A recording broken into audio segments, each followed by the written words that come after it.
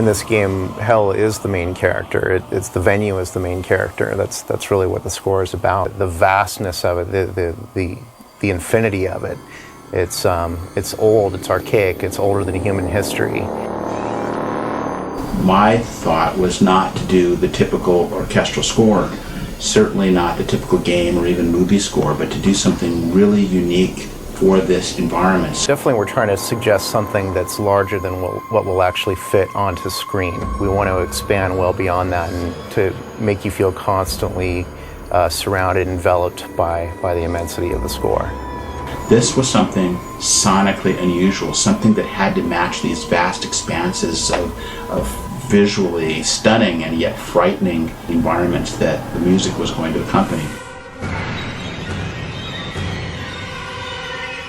We felt that there had to be a really human connectedness. Hell is practically built out of souls, so we really had to push all the vocal components to the front and center of every moment just to kind of keep reminding you, like, yep, there's just thousands and thousands and thousands of souls down here. The vocal stylings that you hear throughout the score, I guess one name for it is atonal or aleatoric. The style is very closely affiliated with two composers from the 20th century, Penderecki and Ligeti. It's something that was used commonly in the late 20th century, but it's a very unusual technique, and the cool thing about it is that it never sounds the same twice. But the person who really brought it to the public was Kubrick, most notably in 2001, but later in films like The Shining.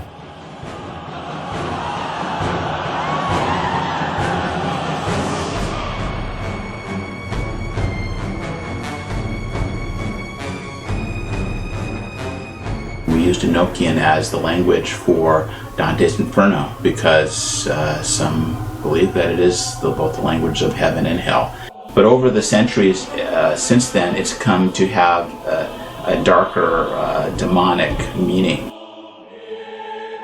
The sound is very chaotic, and you might think that we just kind of wing it with the chorus and tell them, do some wailing here and there, but the exact opposite is true. It's the score is really, really specific notes. So here, you can hear the trumpets.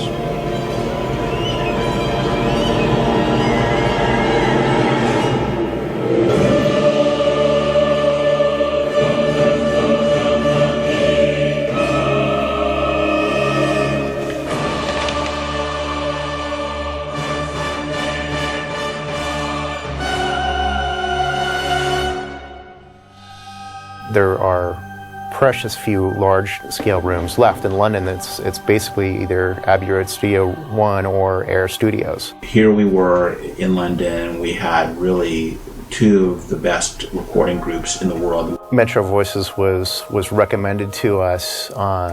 We knew we were going to be recording in London, and they're well known for their film work. Some of the Harry Potter films, 300. Abbey Road, of course, famous for recording the Beatles, also has one of the great large orchestral sound stages in the world. We chose Abbey Road partially because, well, there's just not that many large rooms left. We knew we needed a large room to kind of achieve just the bombast of the score. It's a huge studio, it's a vast space, and the wonderful thing about that is that the room ambience is able to blossom.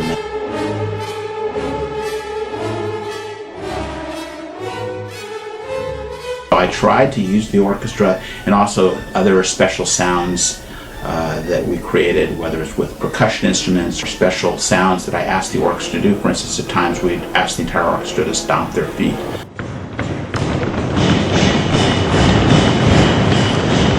One of the key things to remember about how pro these musicians are is that there is no rehearsal time. They're looking at the score for the very first time.